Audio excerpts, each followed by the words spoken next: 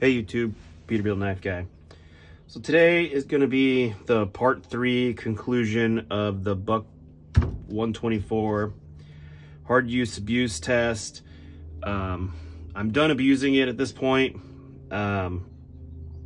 Honestly, it held up a little better than I expected. It didn't exceed, well, how do I put this? It's still, the hollow grind sucks. The knife is good. The hollow grind sucks. But from the first time when it got the wobble in it, I had very low expectations of it.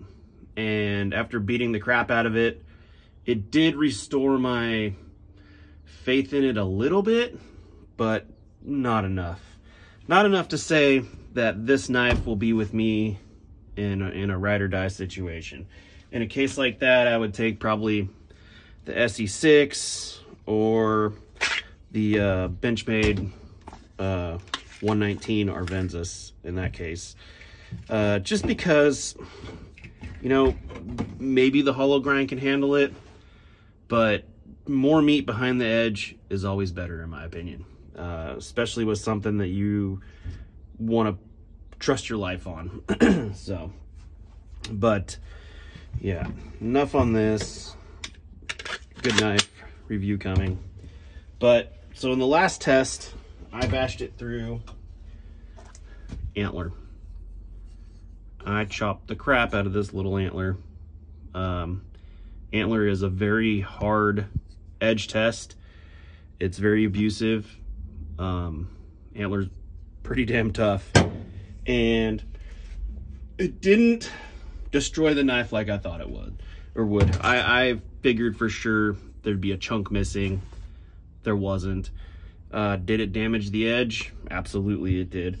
But if you were to watch the video, actually I can put some footage in right here.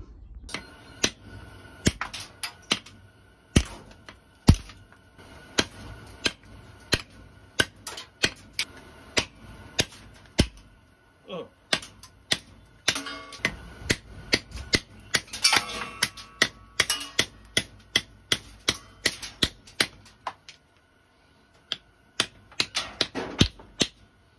So if you see in that video, I chopped the antler less with this than I did with this $20 Chinese knife from Walmart, the Ozark Trail. I think it's the 11-inch fixed blade knife. But if you were to look for all that antler chopping I did on with this knife, it took very little damage. It chipped out in a couple spots, chip, but it far from destroyed this blade. Very little wobble in there. And I think that's just, it's hard to tell, but yeah, right there. That'll sharpen out. That would definitely sharpen out. But this $20 Chinese knife chopped more into this antler than this one did, and this one picked up more damage from the antler.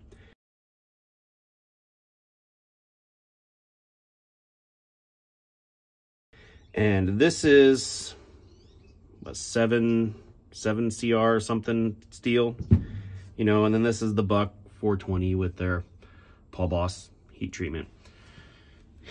I was able to sharpen this out again. I mean, it looked worse than this. I had to take off some steel, but in all reality, it didn't really change the profile of the blade. I was very careful with over sharpening it or putting in a huge dip. Look at that polish on that blade, or the edge. But I was very careful about putting in a dip in here by grinding out too much. But even after that, and I took off a bunch of steel, there is still, let's see if we can even get this on camera. There is still a slight deformation in that edge right there. You can tell by the way it humps up right there. And then also on this side, you can see the right in there how it's straight, and then there's a little deformation, and it's because it's trying to, the steel pushed this way, so it makes kind of a less of a bevel here to where it's a more of a bevel there. But if you look down it, it's straight, the edge is straight. It is stupid sharp. I do not have any paper, but take a tube. You know, it's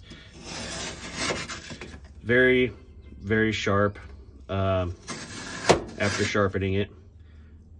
So even where the edge damage was, which was like right in here, it's still very sharp. And I cut my mat, but I don't know. It held up to the abuse about as good as a $20 Walmart knife. Did I think it was going to break into pieces? Absolutely. Did it restore my trust in this knife? No. But that's just my opinion. You guys can make your own, you guys can pull your own opinions from the videos of it. There's other people's videos of them hard using it and having different results. So maybe mine was just a fluke, but either way, it's going to be a safe clean.